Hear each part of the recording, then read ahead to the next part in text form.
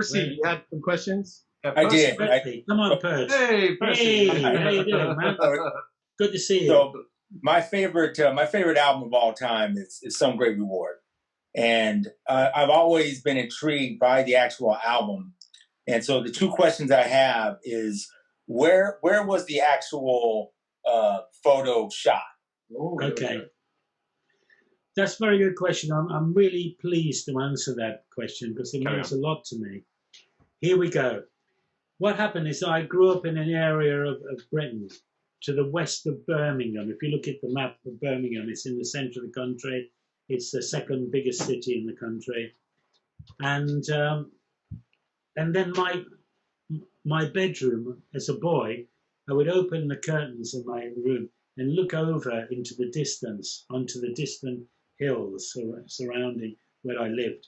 Very, very built up, very city, not countryside really, but the hill. And there would sit on the top of that hill a big steelworks. And it preoccupied me all my childhood.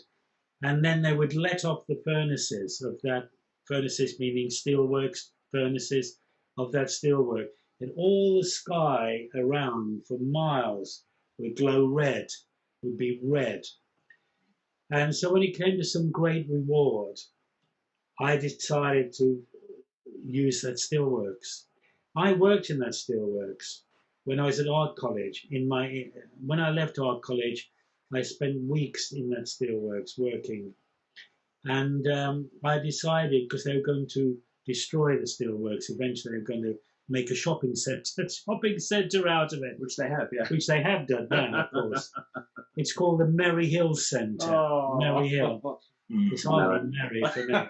But that was called Round Oak Steelworks. And there was very little of it left, actually, apart from that part of the steelworks when I came to do Some Great Reward. And I wanted to do something that would leave that in, leave that in history. Legacy, yeah. And eventually it became a legacy. In fact, when I went back to the steelwork in the offices, it was still there, a little bit of it, the steelworks. They had it as Some Great Reward as a photograph on the wall. They were very proud of it. But now I happily can say that last year I visited the steelworks and it does not exist anymore. Nothing exists anymore of that steelworks. So, yeah, I mean... Percy, if I can just interject here, yes. If you want to hear more information about that photo shoot, if you go to my, this sounds like self-promotion, yeah, but I'm going to show them the picture now. I'm going to show you guys something exciting. Percy, if you just go onto YouTube and you just type in Vaughn George, Brian Griffin interview, there is an interview I've done with Brian on all the Depeche Mode album covers, and there's a very in-depth one as well on the Some Great Reward shoot. So he goes, obviously it's all those interviews are about an hour long, and Brian and I go into a lot of detail. But I want to share something with you guys here tonight. This was shared on my on the Vaughn George Facebook group about a month ago. But I actually have a piece of history in my hands here. Yeah? I feel so smug when I say this. This here is the only actual print that Brian actually has. I'm going to try and get this into focus. Now, can you guys see that? Yeah.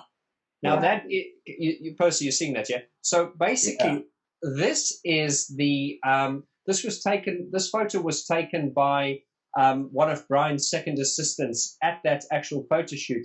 Now, if you actually, I'm going to try and go closer now. You can, this camera's quite good actually. Yeah, worth the money. You can actually see in that photo what's very rare about this photo. You can actually see the round oak steel. What's it? Round oak steelworks in the background. But you can actually, if I come even closer, you can actually see the bride and groom in there. But you can also see the stylist. What was her name? Jackie Fry on the left. Jackie Fry, and you can actually see Brian Griffin there as well. Yeah, again. So this is a very iconic photo. This. as I say, because it actually has Brian in it with the wedding couple and the stylist. And no, that is not Alan Wilder, who is the a lot of people. It's not Alan Wilder. That was But I remember when I was younger, I thought it was Alan Wilder because it does kind of look like him. But no, Yes. it's not Alan Wilder. I'll just show it to you guys again. So, I mean, this. What's lovely about this is this photo is so old. It's actually got the discoloration on it as well. And Wow. so I don't know. As I said, Brian said, you know, he said maybe the people, maybe the Depeche Mode fans might be interested in this, in me adding this to the print collection. Yes. I don't know. I will. Okay, Yes. raise up, Rick. That, Okay, Percy's up. Yes. But I will. Yes, yes. As I say, this is what I like about this, guys, is the fact that this actually has Brian in it. See how close I can actually. I don't know if you can make out Brian in there, but you can actually see he is there. There's a 30-something-year-old Brian Griffin. There is, yeah. Yeah. Wow. On the far left. On the far left. Yes, he's on the far left there. Yeah, Mm, yeah. You can see he's still got that same. He's in the hat on the far right. Yeah. But, Yeah. So anyway, that was the question. If you guys would be interested in that, we'll look at printing these as well. Sorry about that. But no, Vaughn's right. I mean, that hung in my studio all through the 80s, really. And because it was the only photograph that we'd taken on any of the shoots, the Depeche Mode shoots. Nothing was taken on any of the Don't others. you regret that now? I do Just- really regret it. Yeah. I mean, it was someone took. I mean, I don't know who did it. To be quite honest, because I don't have the negative of it. So it was obviously somebody to the side who decided to do it, and it's the only one that we have. Of all my shoots on Depeche Mode. Yeah. And what I did, obviously, is Vaughn quite rightly said. It's rather tarnished. It's rather, So we would actually scan that exact one. we scan that exact one. Oh, We okay. can scan Okay. we can have the outside of it. And I think it was in my studio. I think it was it was in my studio on the wall for years after, well, obviously I would have thought it'd be on the wall for 5 or 6 years. But this is funny because, as I say, that was one of the first questions I asked Brian was, Brian, don't you regret that there weren't more behind-the-scenes photos? You think of these days when everyone has a camera phone, you can just snap. Yeah. But I think at the time you had no idea that 30 years' time you would be, 40 years' time? You would be looking at this thinking this would be this. It was all job. I mean, every single album cover was a job. It was just like a normal job, like you go to work, or you guys, you go to work every day, you spend a day's work, you produce something. That's all I did. I went every day, tried my hardest, produced a piece of work. But I never thought it would become iconic. Yeah. I never thought for a million years it would become iconic. Yeah, and I think some people, I've had Depeche Mode fans who have often said that it's funny that A Broken Frame is probably arguably one of the most best photos ever in rock and roll history, married to an album which was not that good. Yeah, I like that album. Come on. It's still better than Spirit, guys, and I'm just gonna throw that out there. But Couldn't agree more. Hey, yeah, Vaughn George, Brian, I have a question actually. We still have a queue of questions, but I know we are trying to get the draw done within the 2-hour period. Yeah. Would you guys be okay with doing the draw and then still have a few more questions after the draw? Absolutely. I told Brian that time will fly, and before he knows it, it'll be 6 hours. Yeah, absolutely. Are you having fun, Brian? Cheers. Can I actually just say, everyone, hold your beers up. Here's to your dreams. Honestly, guys. Margaritas, baby. Yeah, what is it about Depeche Mode that attracts such great people? Honestly. I'll bring to that. It must be the photography. Oh, very good. What's that? Oh, wow, very good. So everyone, they're gonna do an old school drawing. Vaughn George actually has all the names in a fishbowl. Yeah. And so if you're live on Zoom, you need to speak up. If there's anybody who's monitoring Facebook Live right now, there's people that are watching there. If they win it there, they can comment. Yeah. But we can know like pretty quickly, and I know it sometimes can get lost in there. So we don't want to go on to drawing someone else's name if the person is watching on Facebook Live. So Sure. Okay, Rob. So what we're going to do now is we're going to do the draw, and we're going to be giving away 3. Okay. Now the ones that I'm handling here are not the ones we will be giving away. These are what we call the approval prints. Now the approval prints were in the beginning. Maybe I should just give a brief bit of history. When Brian first came onto my channel, people contacted him and said, they wanted to buy some artwork. Of course, at this point, Brian only was selling the original prints, which are very costly and deservedly and understandably so. And then a few people contacted me and said, would Brian be interested in, rolling out, artwork at a more affordable price?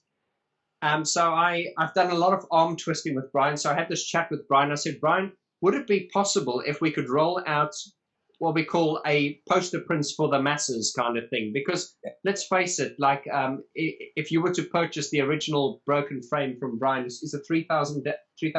£2,500.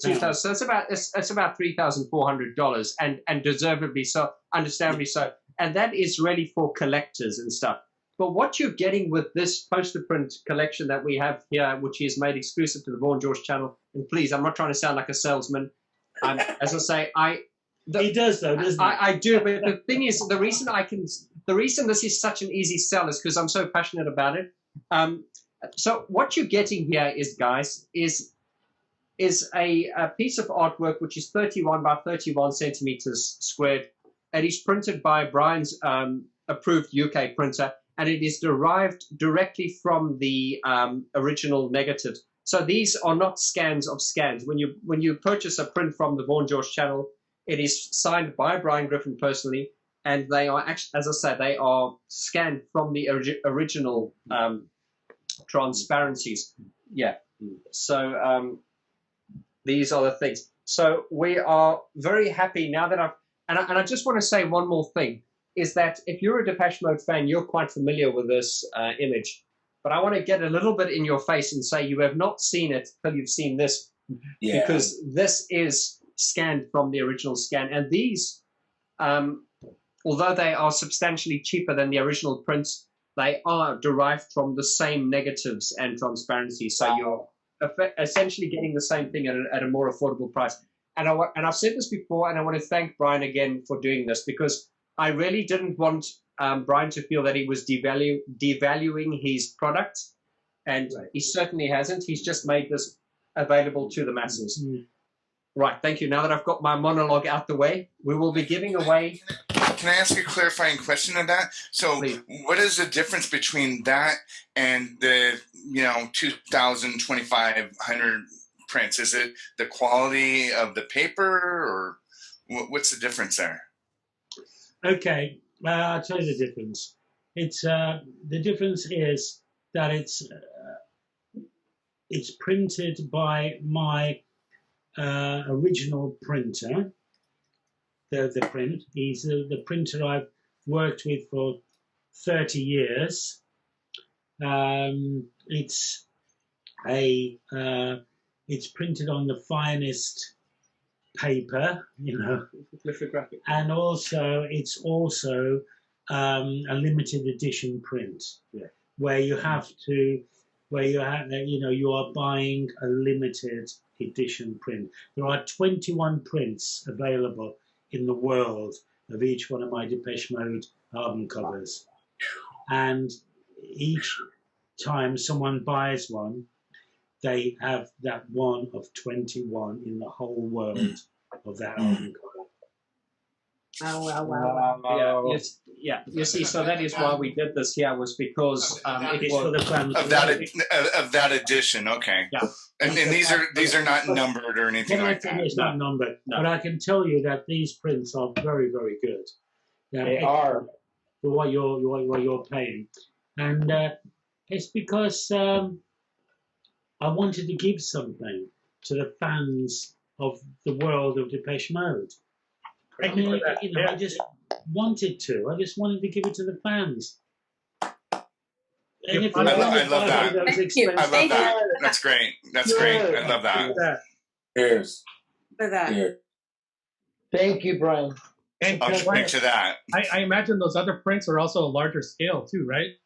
They're 20, okay, you're English over there.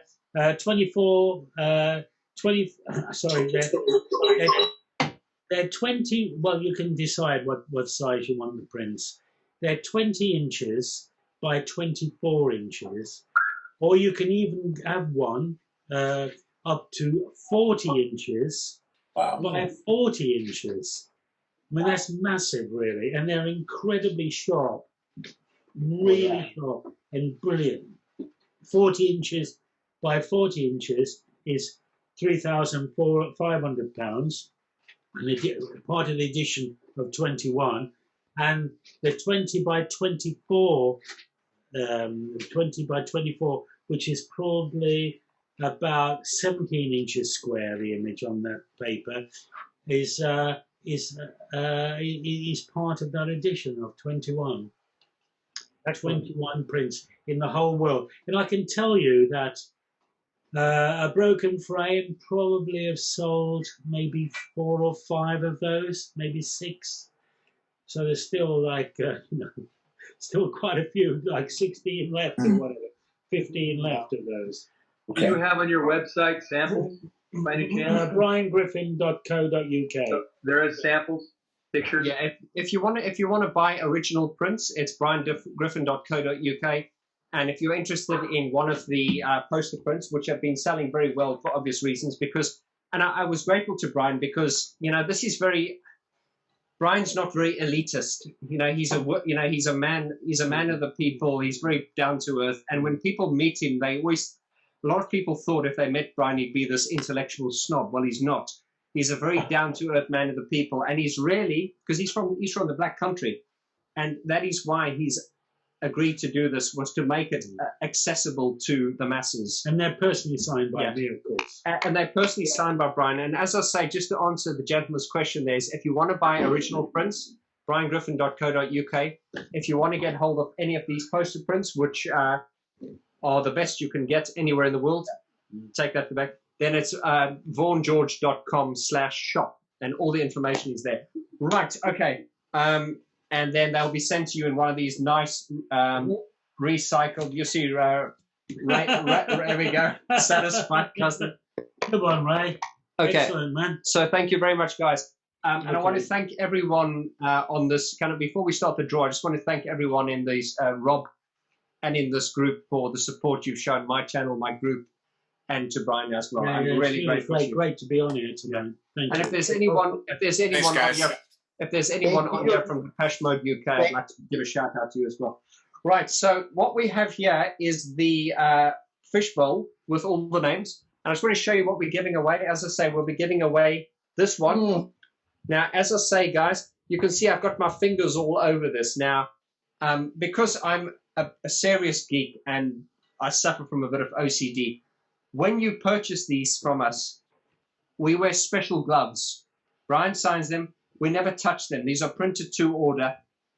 So the ones I'm handling here are what we call approval prints. So don't worry. Okay, there it goes. Yes. Good one, Ray. Okay, so we're giving away one of these, which is the original broken frame.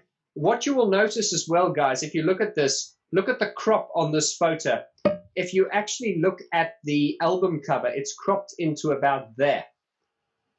And these are very geeky observations, so it's kind of zoomed in.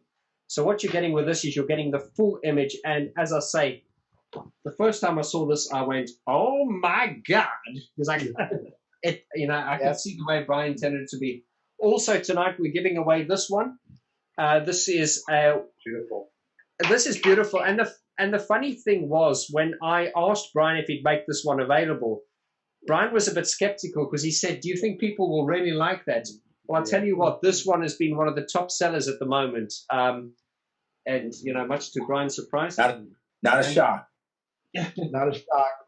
And with his great backstory, it must be even more impressive for him. And the third one we're giving away tonight is this one, guys. This is the Black Celebration one. Now, as you can see, this is Black Celebration, as you've never seen it before. It's in a limited edition black and white, and it has a jet black border.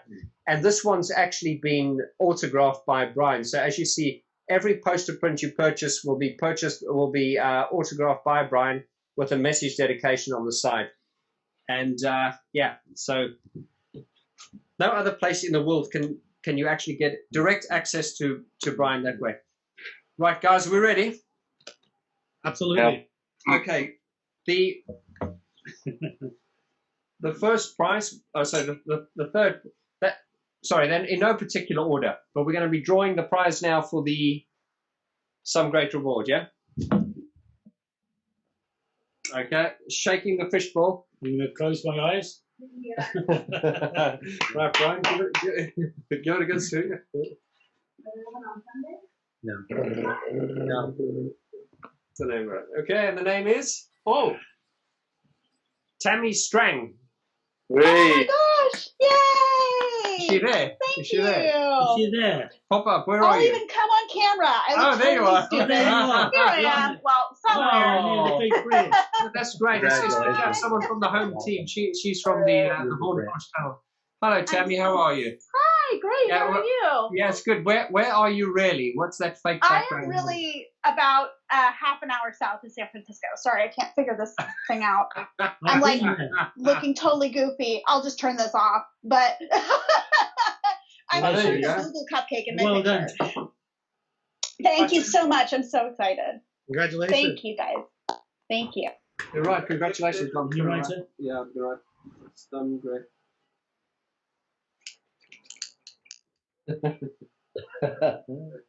It's more exciting when they're on Zoom because then we can. Yeah. Get my pen to work. Yeah. Okay, I'm sure Go we'll. on, go on. Yeah, Drum roll. Talk to me, I don't mind. Oh, right, here comes another Brian, pen. yeah, I'm just trying to get a pen that works here. Go on. I had a quick question. Do you know if Yes, the do. couple on Some Great Reward is still married? It's just a little. Of a couple on Some Great Reward still married. Are they still married? No, maybe they fell in love then, but they certainly weren't before that. Was it even an actual couple? Right? Yeah. My I don't second think they question. were actually a couple. And this is Models. the next one. Right, congratulations, Tammy. Right, the next one is for the limited edition Black Celebration. Yeah. Yeah. Yoo-hoo, Woo! Let's go. Right, Brian, let's do this. Okay, here we go. I'm not going to look at anything. What am I looking at? Oh, God, what's going to happen here? What's going to happen there? It is. Oh, here we go. Okay. And the winner is Mel Bradley. Mel Bradley, are you on Zoom? Melle Bradley. Yep, Facebook Live.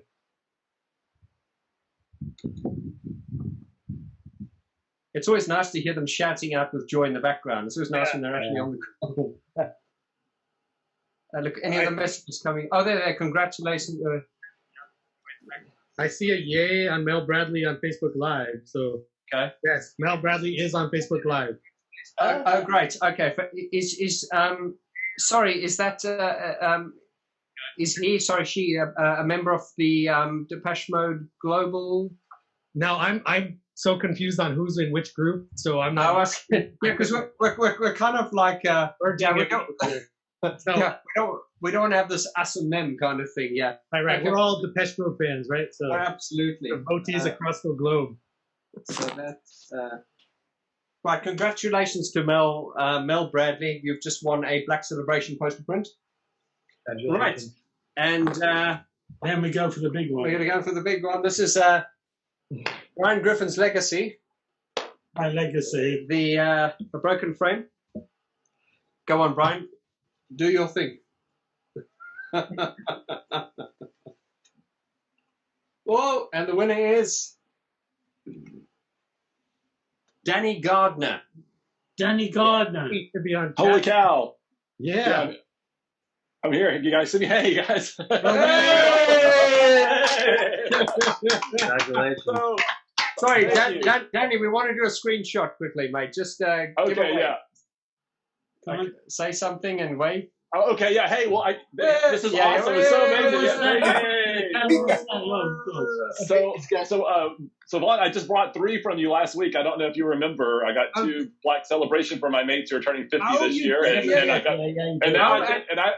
I almost bought 4. I wanted to buy that one, so this is actually amazing that I get to round out the collection. Thank you so much. Yeah. Are you the one with a South African friend? Yes. Called Craig. Craig. Yes, that's right. Yeah, I haven't sent it to him yet. I just got the frames in the mail today. I'm going to ship them out this week. But this is awesome. Well, Danny, this actually makes it look like it's rigged because we're giving you. I know it really does. Because you're a regular customer. Oh, brilliant! Well, congratulations, Danny. Thank you. Thank you. He was the one who. What's this here? It's got something in. It's got a bit of flesh next to the camera here. It's something in front of your camera there, Danny. The way you're holding it. I'm sorry. I think it's his hand. That's his hand. The way you're holding it. Here, let me move over in front of a better background. Okay, there we go. Yeah. Well done, Danny. Okay. There goes Danny walking through. Where are you, Danny? Where in the world are you? I'm actually in Fairfax, Virginia, and I'm a native Texan, but we moved here 5 years ago, so I live in Fairfax, Virginia right now. I've been to Fairfax, I think. Yes, near Washington D.C. Well, one of these will have your name on it soon, Danny. Wonderful, thank you guys. So, actually, I'm just trying to think. Danny, I've obviously got your details because you've obviously bought some. And then Tammy, I can get you on the Vaughn George Facebook group. And then Mel Bradley, I don't actually have access to you. But if you guys could email me at info@vorti.com, and then we'll just, I'll just get your details and get these shipped over to you. Pronto. But thank you guys for entering. And Rob, thank you very much for having us. Absolutely. Thank you for being part of this. And congratulations to all the winners. And for those of you that didn't win, as mentioned, these are super affordable prints. I have a couple of them as well. They are so beautiful. It's well worth the money. So if you didn't win, you're still winning by ordering and buying a print. You get to pick what you want as well. So you can't go wrong with any of them. And I will do shameless promotion for you guys, so it's okay. No, thank you, Rob. Hey, Vaughn, again, where do you order the prints on your store? There's been some questions asked in the chat. I see. You basically just go to vaughngeorge.com and then /shop. And then that'll take you straight to the Brian Griffin poster prints. Vaughn George. vaughngeorge.com /shop. Thank you. So we have several questions that were queued up, and a couple that Go ahead. I didn't realize. And Murray Soul, who you are so familiar with, has been waiting for a question. And so Murray Soul, who's that? We've never heard of her before. Yeah. It's her. Well, my question is regarding construction time again. All right. I mean, how hard was to take those shots in the middle of the environment? I suppose you had to use an airplane, or did you actually climb the mountains? What about the weather, those conditions? I mean, every time you are shooting, I suppose you need to do a hard journey, especially in this one. So could you tell us about that? Marisol, he's a fake. It was all done on Photoshop. Not really. No, seriously, Marisol. I know you had to actually climb, or. But no, in those days, Marisol, it was like analog days, so there was no help. Just pure film. You know, whatever you photographed would be on your piece of film. And what we did, I have to admit, we took the equipment, which is all portable flash equipment, and we went up on the cable car up onto the top of the mountain, and then we walked from the cable car terminus to that point on the mountain, which overlooked I think it was the Matterhorn, you know, and so I don't know. We were very young men. We were quite fit, not like I am now, like an old man, but we were quite young then, and we were very excited. It was really, I mean, like Marisol, he would looked really good. I mean, the image, I mean, the man, He was so good. He was so fit, and he looked wonderful. He was a really. soldier, wasn't he? He was a soldier. He fought in the war against, someone in South America called Argentina. He fought there, and he'd come back from that war. It was the year after he'd come back from that war. And, it was like so easy. We just... The Falkland Islands? Yeah. The Falkland Islands, exactly. I agree, it was quite easy, Marisol. We just took the cable car to the top, and we just walked from there onto our point, our piece of rock, So basically, you enjoyed the landscape, and it was not that hard because you used a lift car, so it was easy. Well, it was Marisol, it was so easy because the weather was great, the sunlight was great. It enabled me to do the really good photography. Everything was perfect. The model was great. And the equipment, I forgot the equipment we used that had a beautiful feeling for flash. Flash, because you got a combination of flashlight and daylight. The flash, I can't remember what the equipment was called. It was brilliant, beautiful feeling to it. And we just constantly took great photographs. It was like a piece of cake, really. It wasn't like under any pressure. It was just a wonderful situation, and it's proved that. The images for construction time again are quite extraordinary. I think some of my favourites actually. That's nice because I had the impression that it was quite tough to get to the summit and get that incredible photo shoot. And also, it wasn't such a struggle, Marta. It wasn't a struggle at all. I'm afraid it wasn't a struggle. It was really quite easy to get to the point, to get to that location. But then you got that location, but then you've got to produce good images from there, That's a different story. Because it's natural light. The natural light helps you. To produce normal images, but produce interesting images, mostly. You see, Marisol, this is why all the years I've known Brian, I've always known him to be very modest. And I'm just thinking to myself, if he was more of a salesman, he could go, yeah, it was a blistering inferno. We had a helicopter, and we were down high altitude. Went to fly. No, really, yeah, because I was thinking he could have really bigged it up and say it was dangerous, and but he just went, no, it was easy. We just got up there, took the photo, and left. You know what I mean?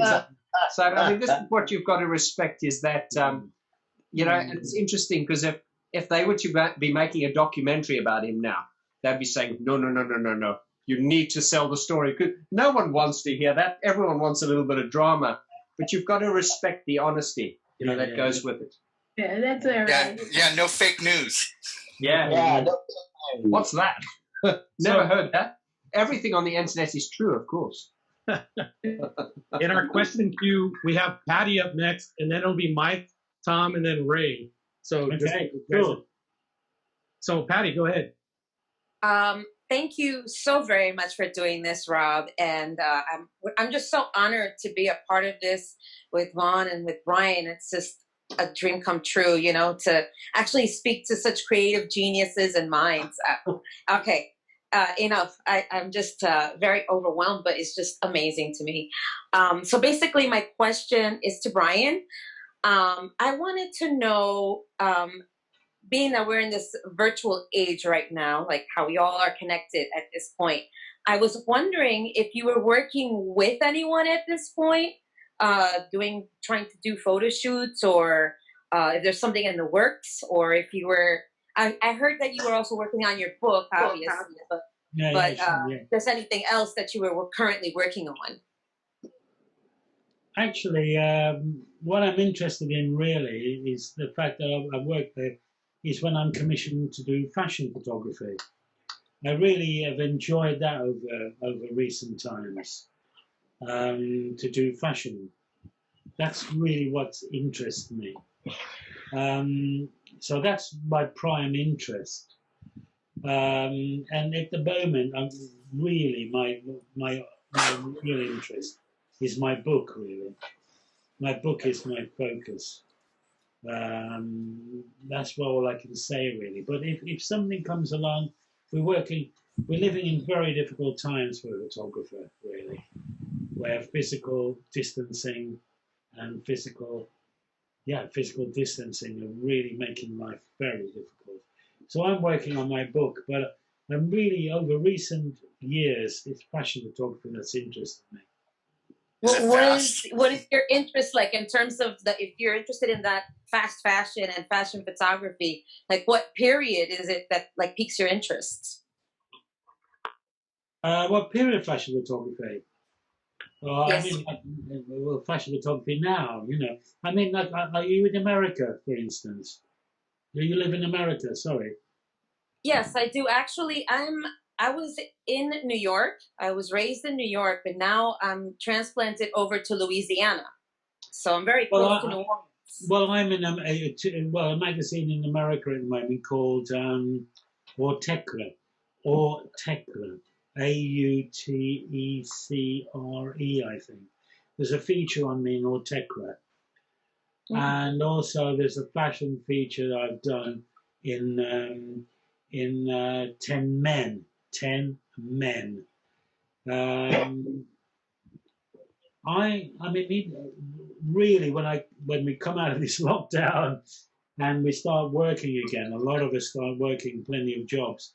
I hope I become a fashion photographer, to be honest with you, apart from my own personal work.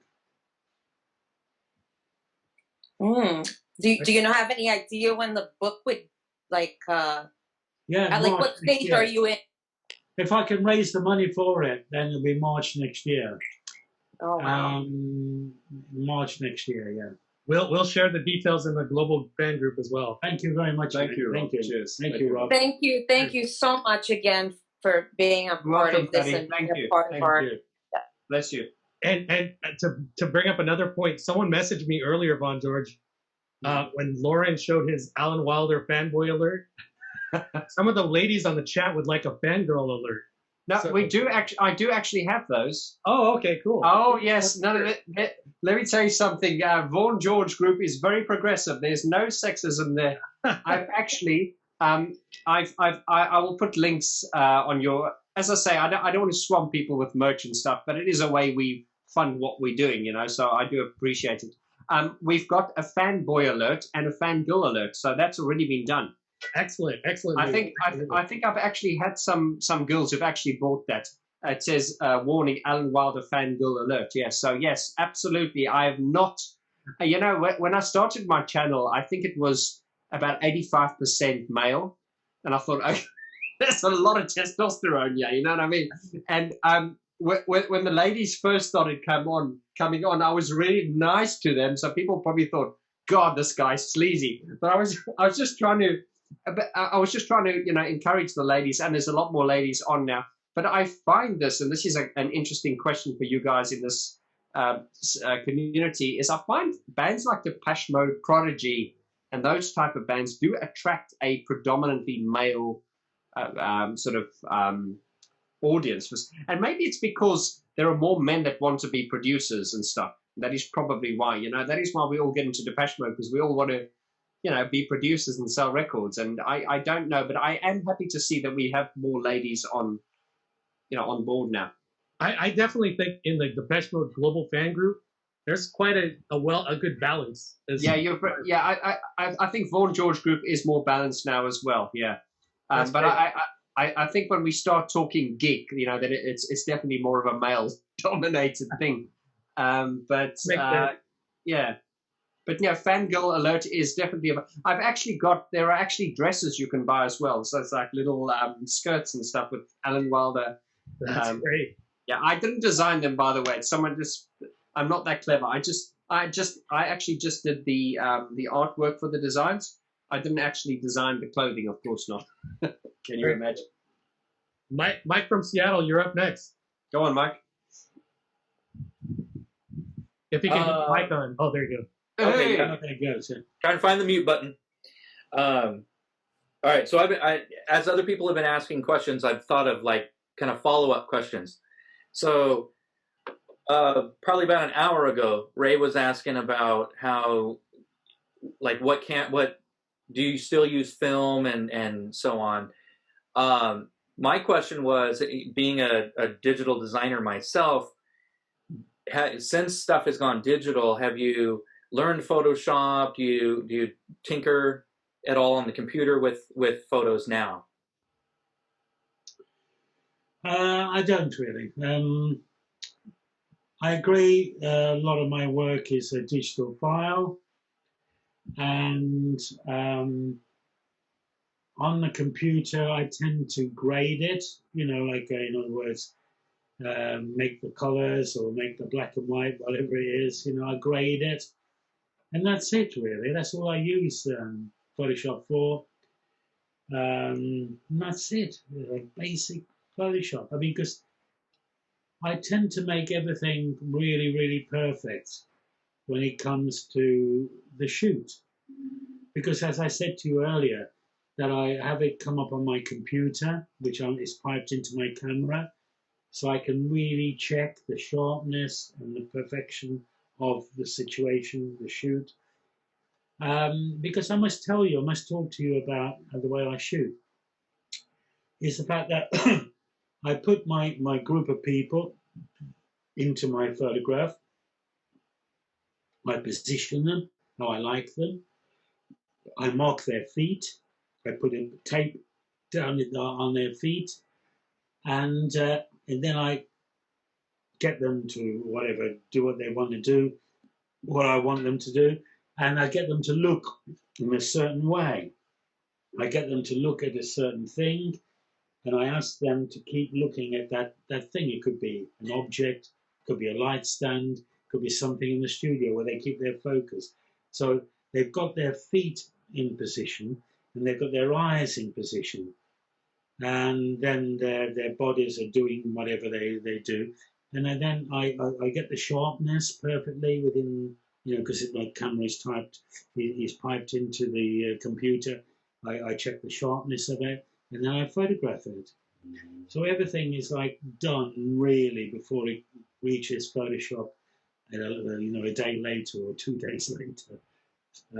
That's quite an old school way, because it'd be like when you shot a broken frame. You can't really. I think technology has made people very sloppy. If I talk in musical production terms now, if we talk about auto-tune, which is used on every record now, even Michael Bublé and all these proper singers, is you kind of go, before it was you'd go, like, okay, you need to get this right. In the beginning, it's like, okay, that'll do. We can fix it up. And, and I think that's a bit in photography. It's like if we take a broken frame, it's like you had to get it at the time. And I think, Brian, am I right in saying because you're from that generation where you had to get it right, there's none of this, oh, that'll do, we'll fix it up in post-production. You have to kind of get it right. And I think that is kind of how you work now. So it's got to be done at the time. Yeah. Do it right I think it also comes down to what people are teaching kids now, because they can teach, oh, yeah, you can fix that in post-production, or, rather than getting it right from the beginning. Mm-hmm. Yeah, well, I think there's a lot to be said about that as well with everything. I think, people always want, we live in a lot of a very fast world these days, so it's getting things done. And also, I was talking to Brian about this, in the days where, I mean, if you look at this, like album covers were just pieces of art. I mean, if you, okay, let's have a look at the latest offering. If you look at Depeche Mode's Spirit album cover, it's like, that's debatable whether that's good or not, but it's just part and parcel of the industry, of the time we're living in. It's like, okay, next churn and burn, and and I think also the fact that people have access to technology now, and because a lot of people can do it, and because you can achieve it, people just don't have the time to sort of digest things, like to actually stop and look at something and go, wow, that is great, because it's a different world we're living in. Yeah, I think a good example of that is if you look at the Star Wars movies that George Lucas did, the prequels. Yeah, absolutely. And then they came back with J.J. Abrams decided we need to do more actual real props and set items instead of sizing everything. And so I think that is a perfect example of kind of the way that Brian's on the right track, where get it right the first time and don't bother with it in post-production. I mean, sure, you can enhance things in post-production, but you don't need to fix things. No, exactly. So Tom, that was a great question, Mike. Tom, you have a question? Yeah, quick question about, for this specific question, I'll focus on the Black Celebration album. It could go with a couple of different albums, but for this matter, obviously the photography is central to the album cover.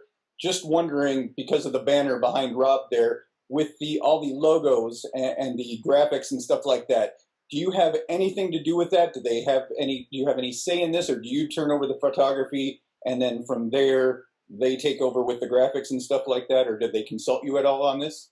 It's Martin Atkins that did the graphics. Yeah, it's up to Martin Atkins that lives over that side of the world, I think, in Los Angeles or somewhere near there. No, I didn't really. Things started to drift away from me, really, and fair enough, they had graphic ideas from that point on, really, that would overtake the photography, and they decided to go that way, really, and it was taken out of my hands, really.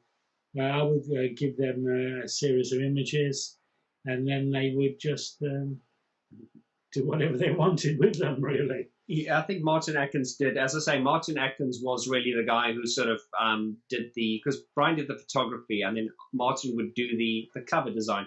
So he did a lot of these sort of, if you see all the symbols around the Black Celebration, and of course, then he went on to do the speaker cones for the for Music for the Masses. And I think Martin Atkins learnt, and he was right in thinking that Depeche Mode always need like a symbol for something. And I think Anton kind of picked up on that, because if you say when Anton sort of took, if you say Anton's first album cover was Violator, where he took the roses and he kind of put that rose everywhere. And then if you look at the most current album, he's got those, are they like anvil or like horseshoes or something? So there is always image, like symbolic imagery. And that sort of started in the Black Celebration period under Martin Atkins, that was thing. And, but this is, I can't really comment on that. People have often asked me, Vaughn, what do you think of Anton's artwork compared to Brian's? And, my answer is quite diplomatic. I don't think Anton's album covers are as good as Brian's, but I think that Anton did help give the band a very strong image as far as the photography is concerned. However, Brian was never given that opportunity, because he was just basically, okay, here's the album cover, see ya. Had Brian been given the opportunity, and as I said, I want to start a petition, get Brian Griffin to do the next Depeche Mode album cover. Yeah, that'd be great. Well, the graphics are great, but the photography is iconic. So, Marisol had that very thing. We talked about it a little bit about the symbols, and I said that came from the art department, because I saw some interviews about the development of Black Celebration. And it was Martin Atkins who came up with that. Yeah. That was a great question. I was thinking of asking that earlier, but I forgot to do so. So good one, Tom. Before I get to Ray's going to be next, but anybody else that has questions, if you could virtually put your hand up, because we're kind of having some repeat question people, and if you want to participate, I'd absolutely love you to be able to participate. So, not that it's a bad thing for repeat questions. I just want to let anyone who wants to participate, because this is a rare opportunity to get to interact with Brian. So, anybody who wants to, put your hand up virtually if you can. So, Ray, with that, go ahead. Okay, so my next question is, I was thinking about what we were talking about. Oh, wait, sorry. Wait, my mic is unmuted, sorry. I was thinking about when you were talking about Some Great Reward. Do you find it strange that people all thought, like a lot of us thought it was Alan Wilder in the photo, first of all? Second of all, how funny that we all interpret art differently. I didn't know it was a steel mill. I always thought it was a prison. And I thought it was like, love is a prison. I mean, I was young, obviously, when I first, marriage is a prison. I'm like, wow, what is this crazy message that's being sent here? But again, now not knowing, knowing now, today, that it wasn't a prison at all, it was a steel mill, because it does look like a watchtower on the side. Yeah. It looks like a prison yard. Yeah. So your photographs lent so much mystique. I mean, anyone who grew up in Southern California saw the Matterhorn as children at Disneyland. I freaked out when I saw the Matterhorn on the cover of. I was like, oh my God, that's like my childhood. At the same time with this music that I like, and like it couldn't have been tied in more better. So I created all these stories of who the guy was on the mountain and who the woman was out in the field, and that Alan Wilder was marrying someone because I thought that was Alan Wilder.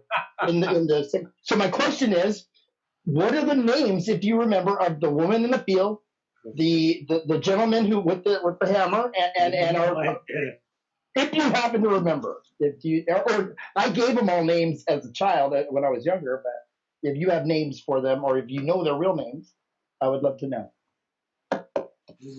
Oh, well, I have no idea. I've lost track of that. I could look through my diaries. I really don't. I mean, the thing is that as a photographer, you get like models, appear for your shoots that you need for your shoots, of course. You choose the models. But then, excuse me, you almost forget them, really. The next day, they're part of the process, of the shooting process. You just forget them. You just forget who they were. You enjoy each other. You have a laugh together. You enjoy each other's company for the day. But then you forget about it because basically, it's just a job for the day. And these were just jobs for the day, really, these album covers. Well, and I do know that from working in I work in television production here in LA, so I do know that you get these people that come in and you never see them. Maybe it is better to keep them anonymous, I guess, not give them names. So. Well, Ray, this is something I've been doing on my channel is trying to, as I said, when I first interviewed Brian, I thought to myself, why has no one ever interviewed him about the album covers? And things like interviewing Peter Kerr. I'm trying to sort of do these things that people have sort of overlooked, and this is something I've considered was thinking, and maybe Brian and I can. I think I'm gonna just say no. We're gonna roll out a session now, a beer with Brian, where we're gonna have like an occasional video where we just have a beer in a pub in a location and we talk. But I would like to track down, like, let's say, the soldier who was on the. It shouldn't be, with all the contacts we've got in the community, it shouldn't be impossible to actually get hold of him. And let's have a beer with him and actually see what happened. I'm sure we can make it happen. Yeah, there we go. We'll make it happen. We'll all make it happen. Thank you, Vaughn. Seriously, you dig into the details, man. The details, I love. Ray, what were your names for them, Ray? Her name was Stella out in the field. There was Alan and his wife. I think I was calling her Marie. Oh, and then the big man was just good old Butch. This good old Butch. Yeah. That's great. Awesome. Yeah. Good one. Good question. Lauren, you're up next. Who's Lauren? Brian. Hi, man. So how long would you spend, when you do photo shoots nowadays, how much time do you spend to complete a photo shoot? And then as a related question to that, how long do you spend to complete the video shoot for Only When I Lose Myself? Oh, good question. Oh, yeah. Good question. Only When I Lose Myself, I came over to LA. I asked the LA, I'm not going to give too much away because we want to make a really special occasion. We're doing a special video on that, so yeah. So I'm going to just answer it really, can we say, in a sort of, I don't know, edited way. I came over to LA. I commissioned the casting director in LA to produce the most interesting, freakish people in Los Angeles that she knew. Then we went to New York and we filmed the band in New York. All the band is filmed in New York. Sorry, blah blah blah blah blah. What else do I have to say? Well, you actually said that's where you really got to know Dave Gahan really well, and you thought he was really nice. I really enjoyed Dave Gahan. I really found him interesting man, really. He survived a massive trauma in in the 90s, and he was very, very together, David Vaughn. And we went out to a skunk works in Los Angeles, and because I was really into skunk works. We used I'm going to tell you one more thing. We used a lighting cameraman called Eric Edwards, who had worked with, let me just think who he'd worked with. He'd worked, who was he worked with? He worked, carry on now, Vaughn, I can't remember who he worked with. While Brian's trying to remember that, River Phoenix he worked with. Oh, River Phoenix, yeah. River Phoenix he worked with. He worked with River Phoenix before he died, which was the last River Phoenix album. I can't. Sorry, River Phoenix died in 1993, I think. Yeah. What was the film River Phoenix died in? Come on, ladies. What was River Phoenix's last film? Batman? Was it Batman? Oh, there we go. What was it? He was a Joker. Oh, not River Phoenix. That's Heath Ledger. No, that wasn't River. Yeah, that was Heath Ledger. Yeah. No, River Phoenix right outside of the Viper Room. He was just filming a movie, but I forget what the movie was. But is that the one with Johnny Depp? He died on Sunset Strip. Yeah, at the Viper Room. Johnny Depp. Yeah, right out on Halloween of I guess it was '93. I'm not sure the year, but yeah. But Eric Edwards was a really interesting man. I really loved working with him. I was really into film then.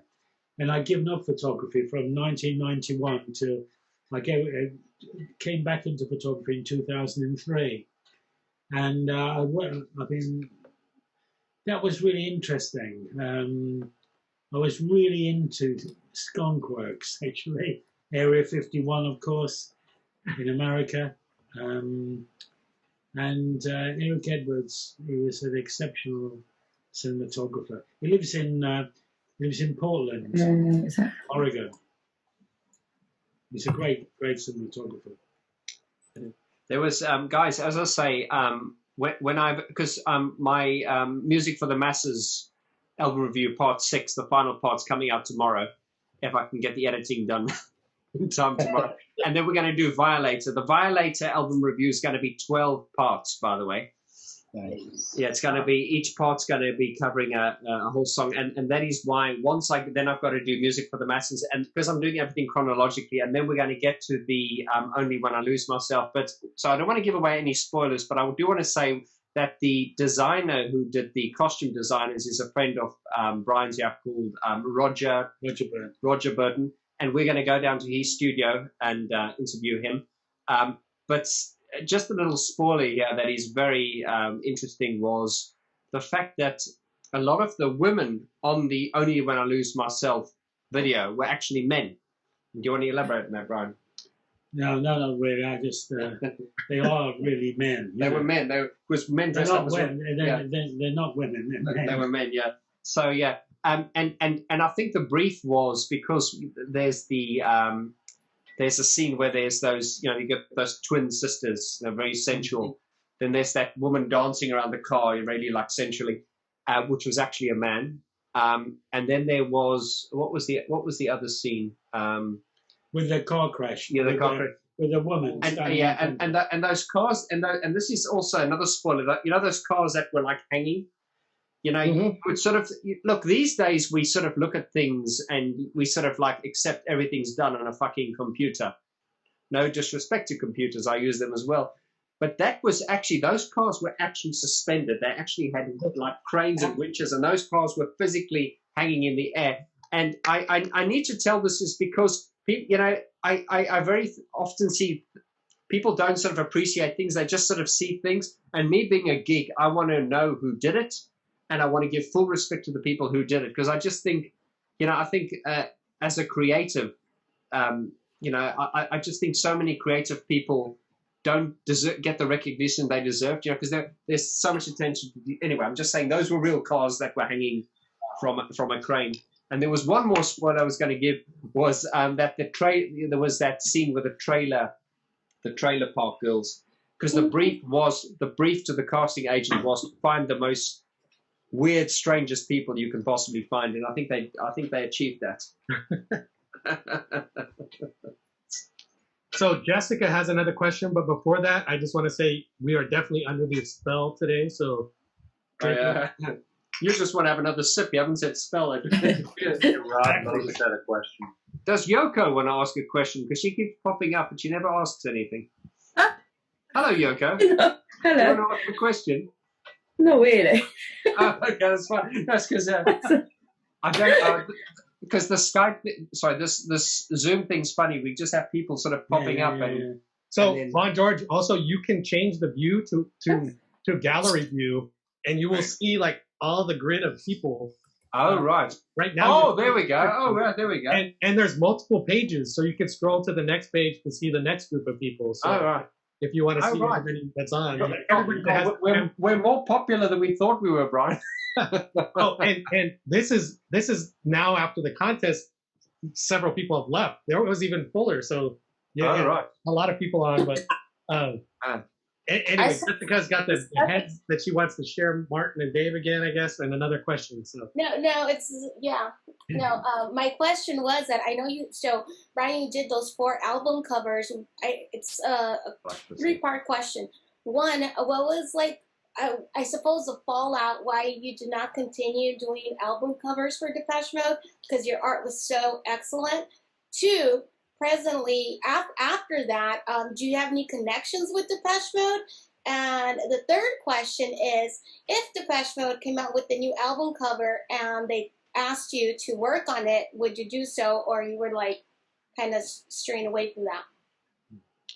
Okay, that's a very good question. Thank you. And what I would say, okay, I'm going to answer this in 3 different stages. The first stage, our album cover photography in the middle 80s.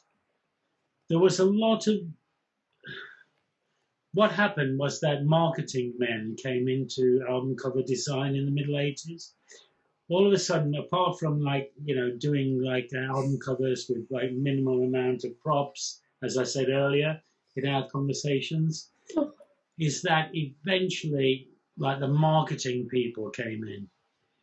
They tended to destroy everything in photography for photographers. Became corporate. They became very corporate.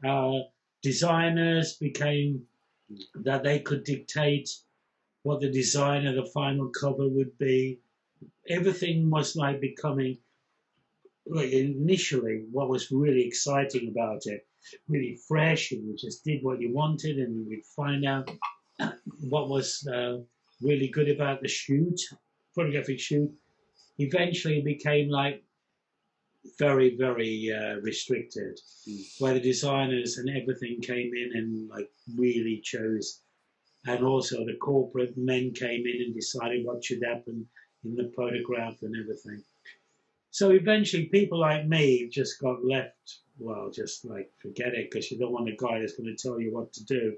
You want a guy who's going to, you want to tell what to do. You don't want to get a guy photographer in there that's going to tell you what he wants. You want a yes man, yeah. You want a yes man to produce exactly what you want. So that's the first element to your question. Oh God, you had asked a great part of the second part. The second part of your question was, it was brilliant. I wanted it. What was the second part? What was the second part, guys? Let's see here. Well, the third part was, would he do an album cover if he was asked, which I think he would. But the second one, if he still has a connection with Depeche Mode. Oh yeah, if you have a connection with Depeche Mode still. Because he wants to get backstage if you do. Yeah, exactly. Do you have say that again? if you still keep in contact with Depeche Mode or any of the Right. Okay, I'm going to answer that question. That was a great question. This comes back to some great reward in all sorts of film things. Well, what happened was that after I finished working with Depeche Mode, which was like 86, some great reward. But my friendship with Daniel Miller, who is the head of Mute Records, as you know, was still really buoyant, and we've remained friends ever since. And then when it came to some, what happened then after that? Then when it came to some great reward, So Black Celebration, we've got really sort of like.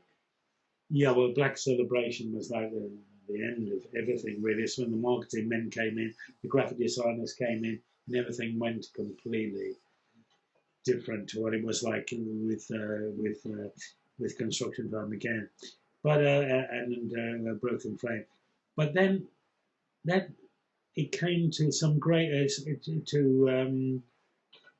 to film, and I was going to say something about it. God, let's just get back. Tell me some gradual water. What was your question again? Ask that question again. The second question was if you still, after you did the 4 albums, or to presently, do you still have a connection with Depeche Mode or any of the members? And right. Well, what happened was that I know exactly what I'm going to say now. Was that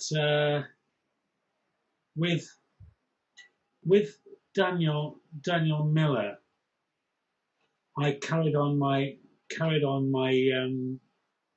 relationship in a sense, and then what happened was that the fact was that Moby came along. Oh yes, yeah. Moby came along. Now, actually, you've helped me actually to remember. I'm looking back like, sorry, I keep on looking back 20 years, 30, 40 years for you guys. So therefore, Moby came along. That was the big artist for Daniel Miller.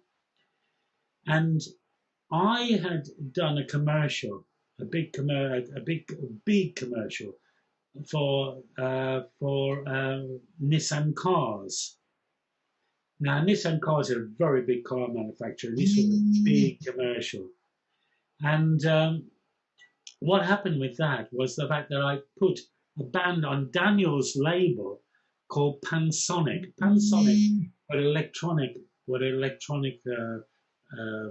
Finnish electronic band on Daniel's Mute label, and I gave them £3,500 to actually construct a backing track for this commercial. So they produced a backing track. I went to South Africa to do some filming. And when I was in South Africa, the client absolutely hated what Panasonic had done for the Nissan commercial, his commercial. Was it bad? Did you hear it? It was brilliant. Of course it was. I mean, they're fantastic. It's just a taste thing. The taste was really bad. So what happened was that the editor, who was right next to Oxford Street, his editing was right next to Oxford Street, he ran across the road. And the big album at the time was Moby's Play album. Play, yeah, absolutely. And Moby's Play album, if you look at Daniel Miller's book on Mute Records, it will tell you about all this. So he ran across the road, grabbed Moby's Play album, and of course Moby had most of the music from his Play album as commercials, as yeah. commercials, car commercials, coffee commercials, film commercials, and then the client loved Moby's track that had been put on my commercial while I was in South Africa, and he loved it. And that actually earned Moby, I think, £250,000. And Moby started to rise back up again because his album was fading. Yeah. Started to rise up again towards the very top of the album charts. And then Daniel, at the end of the album charts, I'm telling you a bit of secret here. At the end of the album charts, he sold Mute. Oh, he did, yeah. He sold Mute at that time. And then, because we're good friends, he earned 40-odd million from it or whatever. He took me out to dinner, which was really nice of him. Thank you. You could afford it. He could afford it. Was it a curry at Tower Tendori? Yeah. Exactly, but you can read about that in the Mute book. You know, the Mute book that came out a year or so ago on Mute Records. He said, the Moby album really, helped to save him. Really. That's interesting. And if I can answer one of the questions, Brian's being a bit like me now. He's going off topic. Bless you. No, he's not. One of the questions you directly asked was, is Brian directly in touch with the band? And I can say is Brian was invited to their latest concert at the Olympic Park in 2017. So the answer to that is yes. When Depeche Mode come here to do gigs, they still recognize him as, he still gets, he's still on the Christmas card list and everything. So yes, he's very good. He's very much in the. I go off topic all the time, so I've got your back. I've got your back. Don't worry.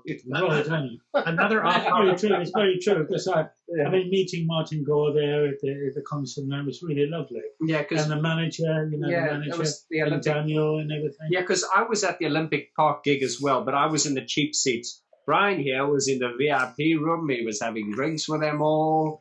It was very good. It's a tough life, you know what I mean? They really do look after me. And the pop book did have some signed photographs by Depeche Mode, in the pop book. It was very special.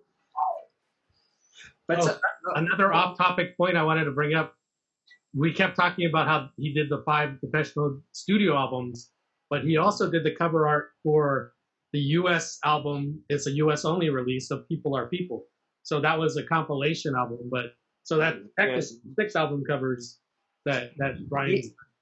Yes, Rob. What I will do is because I've put out so many videos now. I was looking at my catalog today. I was thinking, wow, I can't believe I've done that many. But what I'll do is on your Depeche Mode Global site tomorrow, or tonight when we finish, I'm going to put a link to an interview I did with Brian, which was done locally where we live here, and it was the People Are People photo shoot, because Brian actually shot the People Are People photo shoot right here in Rotherhithe where we live.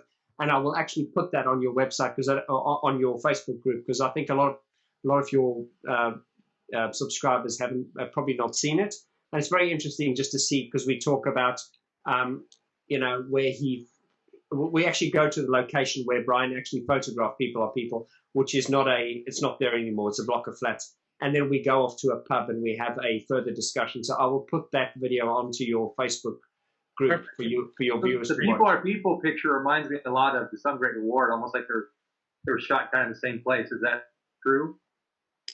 Oh no, very much so. I mean, it's about 120 miles difference from this street here up there, which is 125 miles away. Yeah, I think he means it's like really industrial. It's got the same. Yeah, it's very industrial, and really they kind of reminds I wonder if they shot this where they shot that. Depeche Mode went into 2 or 3 things eventually that I was interested in. I was interested in photographing the worker, and I was interested in photographing industry. In the beginning, they employed me to do broken frame, of course, and then construction ground again, which was the worker, and then industry, which became Some Great Reward, of course. Yeah. So Monica is up next. She's been waiting with her question. Monica. Hi, you guys from Kansas City. It's hot and muggy here, so I hope it's nicer where everyone else is. It's hot and muggy here. It's never hot and muggy here, but we appreciate it being hot and muggy for a change. T-shirt. Nice T-shirt. Oh, thank you. Yes. and I am hosting a Duran Duran appreciation party later tonight, so I have to go change, but I had to put on the Depeche one. So I just had 2 quick questions. Thank you, Brian, and thank you, Vaughn and Rob, and everyone. Thank you. You answered part of my other question when you were talking about the Only When I Lose Myself video, because I was going to ask you how you cast the awesome variety and interesting people. So you kind of already talked about that, but I saw on your bio that you had also written a screenplay, a feature film for Bluetown, and I tried to look that up to see where I could find it. Is that theatrically released? And then you thought about writing any other very explorative. I tell you what, I was extremely naive about my film. I was really, really terribly naive. Was the fact that I spent 2 years writing that film. I spent 2 years sitting at home writing it. And then when I finished it, a producer said to me, I will find for you £1 million to produce it. And I said, oh no way am I going to do that. I'm not going to do that. And I regret that terribly, that I should have accepted that amount of money to shoot that film. I regret it. It's one of my great regrets, actually. in my life, really, if I ever regret. But I still have the movie the movie's film script. You know, I still got it. Fine. Maybe you could get somebody to help bring it back to life if I'm sure. Yeah, sure. Maybe I could. Are you offering? Or are you in the industry? Kind of. I mostly do shorts. I produce, but not in my day job. But I know some people in LA and in other places. But I was just going to ask one more quick question. I know you mentioned fashion photography, but have you thought about, since you had that sort of a film connection, are there any movie sets besides the Star Wars one that you'd like to do still photography on, that, or just directors you'd like to work with or cast? Yeah, I mean, obviously, I'd love to do film photography on the set, whatever. But on the set, I mean, can we say away from the set? Would do portraiture, right? And not actually grabbing shots, but out a beautiful setup with the artists there, with whoever they were, to do portraits of them. Obviously, your portraits are appropriate to their part that they play. I mean, George Lucas just didn't. I don't know. He just didn't. Didn't see it. Didn't see it really. I mean, I don't think he's a terribly creative man, really. I mean, obviously, he came up with a brilliant idea, but he's not a great creative man. So I would love to do, obviously, photographs of, of films, off the set, portraits. Of course, I would. Okay. Thank you. Thank you. So before I get to a couple other people, that reminded me of, you said you photographed Han Solo, Harrison Ford, and I guess and Peter Mayhew from Chewbacca. How does it work with? Are you? I guess must be when you negotiate contracts initially. Sometimes you have work for hire. Sometimes you retain the rights to the images. Like, for instance, you mentioned you have the Black Celebration, only the black and white photo, but you have color images of several of the Depeche Mode albums. So do you have any of the rights to those Star Wars, like Harrison Ford pictures with Chewbacca? Or is it all reverted to Lucasfilm because they just hired you out to take pictures? I have the right to sell them. I have the right to have an exhibition of them. That was the initial rights. So yeah, I can sell, those images to the world. Really, we're not going to be including Star Wars images now. Oh no, I'm just thinking we could There's a lot of Star Wars. We could probably make a fortune on early Harrison Ford and. But you know something? I'm such a geek, and I think anyone who's a Depeche Mode fan is also a Star Wars fan for some reason. I don't know why. Yes. Oh, I mean. I grew up with it. Yeah, I have them, and they can be sold to the world. Really, I can sell them as images, private images, to anybody that wants to buy them. That's amazing. I mean, I would just love to see what they look like. So were they filmed around like 1980? Have a look on my site, actually. Oh, they're on there? Yeah, yeah. I was only looking at the music portion, so I guess I missed all that. Yeah, look on the Star Wars. Look on my site and look for Star Wars. Great. Yeah. Excellent. So Karen has a question. Karen Rose. Yeah, hi. Rosenstein. Yeah. So my question is about your pop book. It looked really interesting, and I went to go click on the link to see if it is available, and it says it's sold out. Is it something that is out of print, or is that just wrong? So is that going to be? And I also checked Amazon, and I didn't see it. No, you're up. I'm sorry about that. But if you go into Amazon. Amazon.co.uk. Okay, Amazon, okay. There is 3 available, I think. I think there's 1 available in America. I think they're about a lot of money. Yeah. They're £167 or something. $210 US, yeah. $210 US. Wow. But they are available. If you look on Amazon.co.uk, put pop Brian Griffin, and then you'll get them up. I mean, there's one in America, I think, and there's 2 in England. Okay.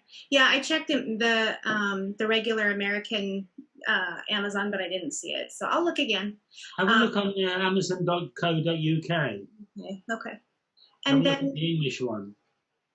is there anyone or any artist or any actor that you admire that you haven't been able to work with or photograph yet that is on kind of your bucket list? Well, in the old days, it would have been Joy Division, of course. All right. Joy Division in the 80s, most definitely. It would have been David Bowie also. I was actually quite surprised I never got the opportunity to photograph him. I did go to where he was recording in central London and almost went to knock on the door to go downstairs to see him. But I should have photographed David Bowie and I should have photographed Joy Division. Those are the only 2 at that time in music. Sounds like the Stones too, but yeah, I mean they've been photographed by a lot of people. Well, the Stones. I think that Garrett did the best photographs of the Stones, really. Garrett Mankiewicz, really. Well, he's a great guy, actually, Garrett. He did the best photographs of the Stones. Yeah, Mick Jagger with that face he's got now, 78 years old, I think he is. But he's still rock. Amazing. I can't believe how much he performs. Like he does, yeah. It's phenomenal. Yeah, I saw him at the Rose Bowl after the heart attack and everything. I did too. Yeah, it was amazing. He looked like I took my dad. I took my dad. In his 30s or something. It was crazy. Yeah, and he apologized to us for, hey, sorry, we had to cancel. It's like, dude, you survived a heart attack. So, yeah, it was amazing. Jeff Ford from Oregon has been patiently waiting as well for a question. Okay. I skipped him because I didn't see a hand up. I apologize for that, Jeff. I kept putting my hand up as it kept getting taken away, but anyway, that's all right. I have an off-topic question here, but this is more general for the late night drinking chat people. This is a big song of ours, and I'm just curious what you guys think of the song Rush. Rush. Depeche Mode Rush? Depeche Mode Rush. Oh, there is not a bad song on that album. That is just one of their highest points. Absolutely love it. Do you want another drink, Brian? Or do you? Get Right With Me is a bad song on that album. No, it's not, Rob. No, it's not, Rob. Vaughn just I love that song. Vaughn just said it. The whole album is flawless from start to finish. I agree, Vaughn. Yeah, I mean, it's very difficult when I'm reviewing these albums as well. It's just like, for some reason, as we get older, we become more cynical. And when we're younger, things are better. And I think there are certain memories that are associated with the older songs. That is why in my group, in my Facebook group, I've got younger people, teenagers and younger 20s. And I said this on the last chat. I said, guys, tell me, is the older music better than the newer music? And they go, yeah, absolutely. Yeah. You know what I mean? So, but then again, it's very difficult for me because I sometimes get people when I'm reviewing it, they go, oh, Vaughn, I thought you were a fan. And it's like, it's because I'm a fan that I'm really critical. But I at the same time, I appreciate that the band are still with us. And as I said, my criticisms at the moment are get rid of your drummer. Yeah. I'd rather have Fletch playing drums for them, or just get someone who understands. I think they really need someone to really just direct their live shows at the moment and just go, hang on here. You've lost sight of who you are, because I think anyone who says that the live performances on the Live Spirit release recently were good, I think they just deluded. I mean, I saw them at Olympic Park. I think the performance was really good. And I did say that I think the problem is when you're filming a recording, when you're filming a performance, you can't film every night. So you have to choose which night to film. And the reality of that is you're probably, unfortunately, going to choose a night where you're not performing your best. But anyway, we're going off topic here now. Hey, Vaughn, you just nailed it. You just nailed it, Vaughn. You just nailed anyway, it. This is we can't keep Brian here too long, yeah. Hey, I do have one question, Rob. Do you have anybody queued up? I was going to ask one more question, but go ahead real quick if that's okay. Okay, so this album cover behind me is Loving Itself. Like, yes. is that like?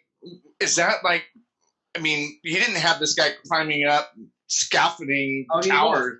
He did climb up there. Yeah, this was before Photoshop. Yeah, he climbed up there. He did. He climbed up. He was very good man. He was a soldier. He was ready. He wasn't scared. That's freaking brilliant. Yeah. Oh, that's another poster that we need from the Vaughn George channel. Well, we do actually. You know something? We do have all the artwork. We do have all the Brian's actually, as I say, he's got the original transparencies and negatives. So at the moment, we've got a collection of 9 images. So it really just depends what you guys want, and we can look at rolling those out. But we want. Did you? Yeah. Okay. Well, that's good. Well, I think we've got to. Maybe do a vote. Post them, and then have the fans vote for which ones. Well, I think what we can do is, as I say, seeing that we've sort of joined forces with the Depeche Mode Global Group, as I say, I will have a. I tell you what, we'll make this. I always like to be as inclusive as possible, and rather than me saying here's the images, why don't Brian and I on my channel will do a little interview where we go for a beer and we'll talk about these images, and then we'll do it as a video and then post that and show you guys what's available. Because guys, and this is something my channel's been going for a while. No, not that long now, but I am starting to look at ways now to sort of monetize what I'm doing. And at the same time, as I say, I have companies emailing me every other day saying, "Oh, would you endorse this? Would you endorse this?" I'm like, no, I'm not going to endorse a sports drink. I mean, look at me. And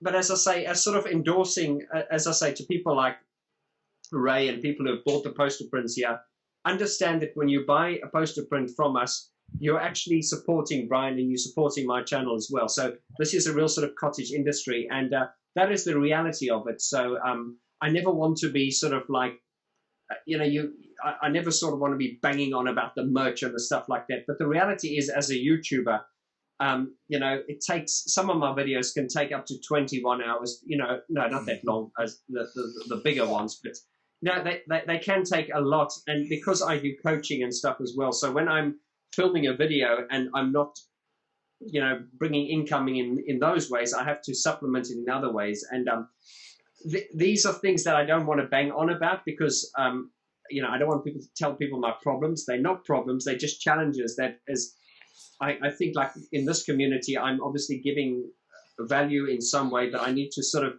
keep the wheels going. And as I say, the poster prints are a way to do it. And anyway, in regards to the print behind me, is that if that's available, like why don't we just like do a pre-order to this group, and we can commit. I will. Brian's had a beer now, and Brian and I often discuss business while having a beer, although we never shake on it until we have our coffee in the morning. But as I say, Brian has been really gracious, and the joke was when he first came onto my channel and we did the Speak and Spell album review, I called him out and I said, "See, Brian, I've got this idea," and then I think the first, I don't want to bore you, but we agreed to do, I think, the Speak and Spell, but I wanted it in Speak and Spell. There we go, spell. Everyone have a drink. I wanted it in a different way. So then Brian actually made the black and white image available to the channel. And what I wanted to tell people was that the black and white image, it wasn't the color image that was turned into black and white. It was actually the original black and white negative.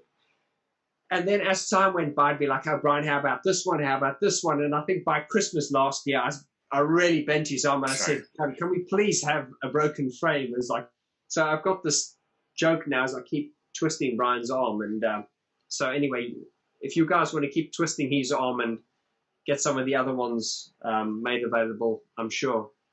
Well, maybe we could do another chat at some point in the future, and it'll be to promote more posters and Well, that's up to Brian. I mean, he's It's the up to special you, Brian, guest. but I know you're out of beer, so I definitely next time you could have more beer. So we appreciate your time and everything that you've done, and we're happy. And I hope, and I'm going to push and hope everyone supports you guys with. I mean, these posters are actually a great price, a great deal, and they're beautiful.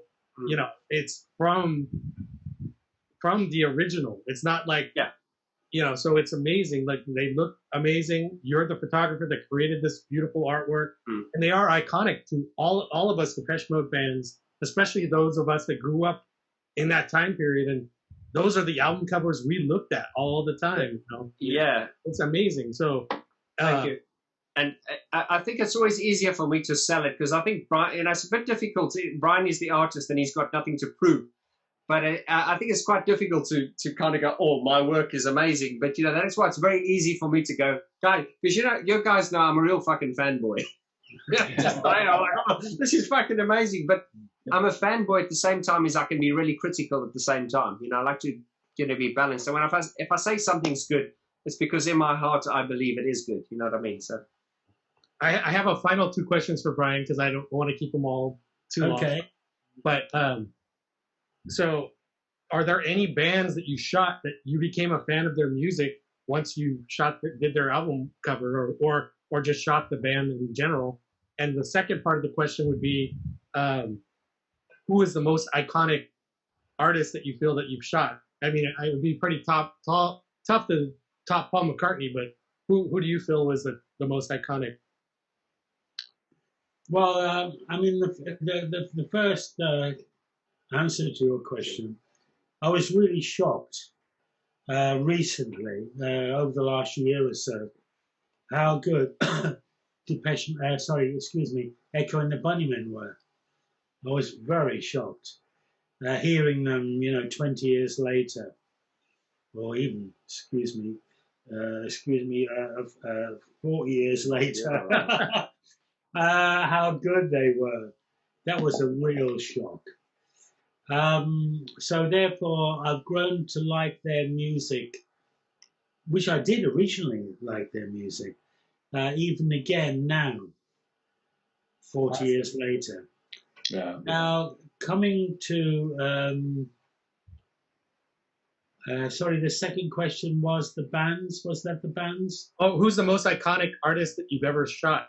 Not necessarily a band, but I mean, it could be individually. Like you shot Paul McCartney, obviously it'd be hard to top him. But is there Chewbacca? I mean, I always look at the people I photographed, and I look how well I photographed them. I don't look at the people that I photographed in terms of I didn't photograph them terribly well, or I did them okay. I think the people I photographed that I did incredibly well, considering who they are, was Brian May of Queen, when I photographed the back of his head. I think that's a classic. And Susie of the Banshees, of course. Yeah. I think I photographed those two incredibly well. I'm incredibly pleased with them, and it's not because of who they are. They happen to be quite famous at the time, but the way I photographed them so brilliantly and so uniquely and so well, better than anybody else could in the world, really. I think that Susie picture is was adorned across T-shirts all over in the 1980s. You know, that picture was so iconic. I don't know where it was. Brian or Susie? Susie, yeah. Yeah, that with that shadowing, like just basically revealing her eyes. Yeah, like, sure. That's just. I mean, both pictures are brilliant. I love both of them. I've seen them both, but and to be able to photograph Brian May is amazing as well. But wow, it's crazy. You've had a very charmed life, Ryan. So cheers. I drink. Oh, thanks to you guys. You make it. I don't know, you make it special for me because I remember how ordinary it was, but now it seems so wonderful, you know? That's it. I've just put Cheers. it on to multiple. Cheers, Spell. Sorry, guys, we're very new on the Zoom. Yeah, I've just found another page here, and I can see some new people. Yeah, there's Jay Tando. Hello, Jay. Oh, Atosa. Hello. Noises. Hello. These are all the people that have been really quiet. It's quite funny. These people have been here all along. They haven't asked a question. It makes them feel like stalkers, aren't they? They're just like trying to watch. Anyone want to ask Brian another question before? I'm not telling you to go, Brian. It's up to you. Looks like Angela. We'll go in 5 minutes, but I'm going to answer one last question. One last question. Who's going to ask the question? Well, it's not a question. I just wanted to say thanks again for taking the time to be here. I'm a huge fan, obviously, of what Vaughn has done, and obviously these album covers. As a photographer myself, I'm just blown away by your talent, and thank you. For taking the time. Thank you very much. Thank you. And the reason why I haven't really had anything to say is I've been just taking it all in, and the questions have been so brilliant, and I just love to hear you guys talk about your craft. And it just, thank you. It's been a great experience. That's all I wanted to say is thank you. That's most kind of you. Thank you for being so generous. Thank you. Atusa, I think, had a question real quick if we could get her in. Yeah, sure, yeah. Atusa. Yes.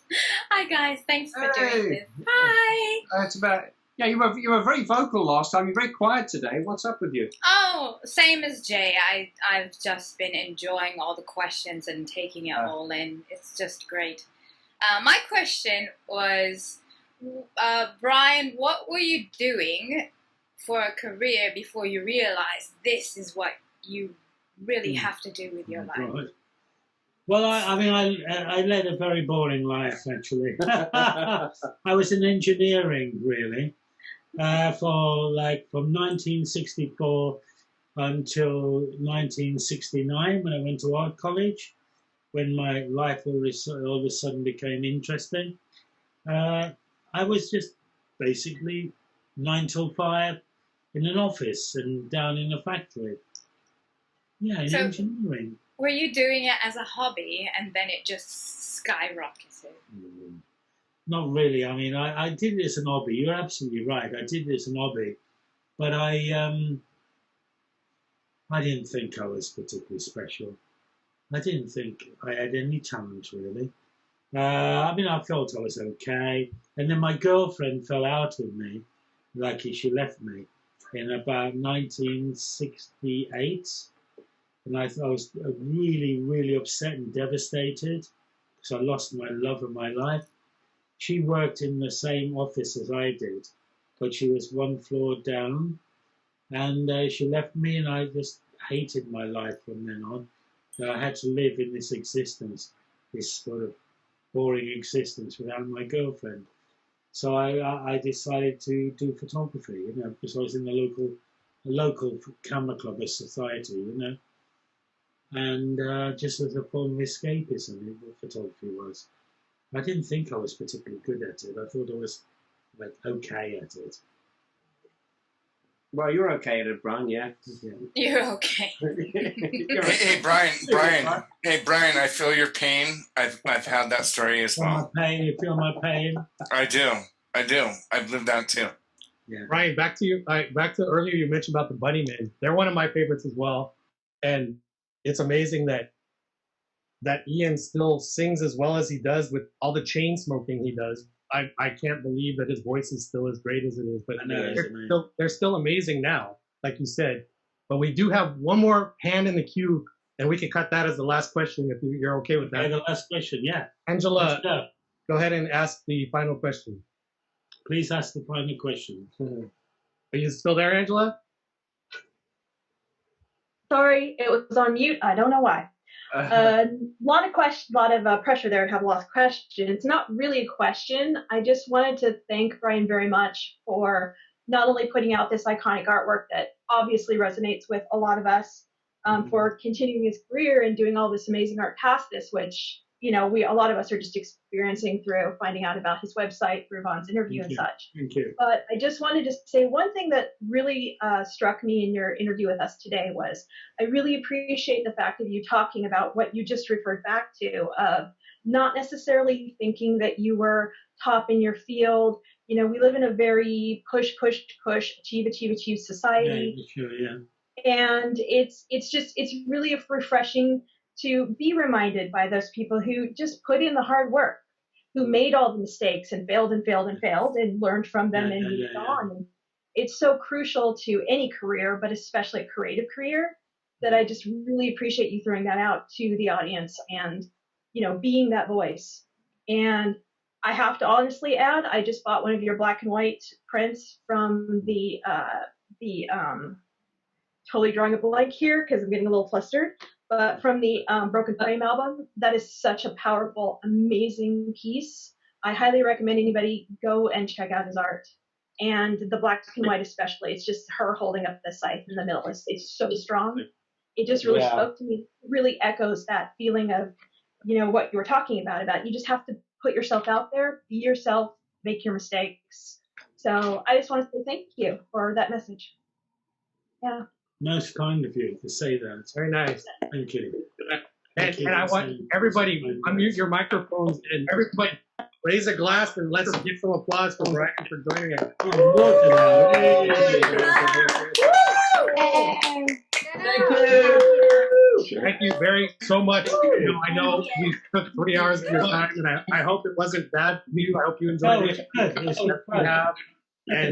And Vaughn George, thank you for doing this. And no problem. Thank you, Rob.